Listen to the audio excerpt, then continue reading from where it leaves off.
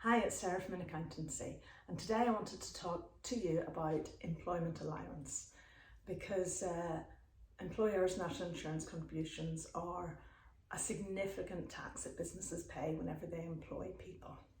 So as your business grows, you need to be aware of employment allowance.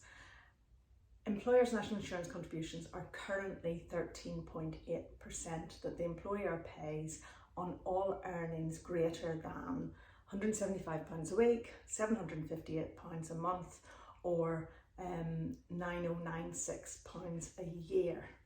So employment allowance can be used to reduce your annual national insurance contribution liability by up to £5,000 per annum. Now this is provided that your business or is a business, a charity or a CIC, that your previous year's employer's national insurance contribution tax liability was less than £100,000.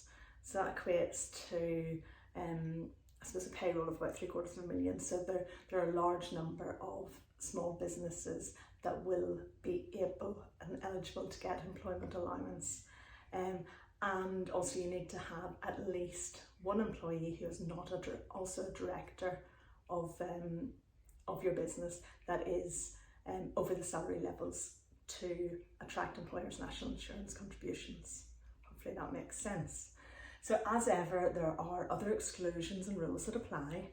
So this doesn't work if the individual is personally employed by you, unless of course they're a caregiver. In those instances, then you can have employment allowance as well.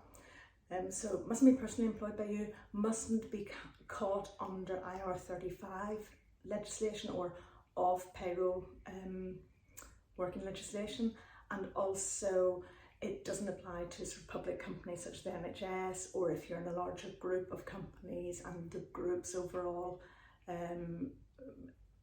national insurance tax liability is more than £100,000. Those are all exclusions that apply. So the other things to consider really are whether the state de minimis applies to you, particularly valid if you're in the agricultural sector, for example, or if your business operates from Northern Ireland, that might apply and exclude you, so you need to check that out. I think that's about it for employment allowance. So make sure whoever's on your payroll is aware that you should be eligible for employment allowance. Obviously they should check with you really, but make sure whenever you check your payroll each month, because the employment allowance is taken off each month as until it runs out essentially, and you can also have it even if you don't use the full 5,000 per annum. You just use as much as you can, so it can cover the full year for some of the smallest businesses out there.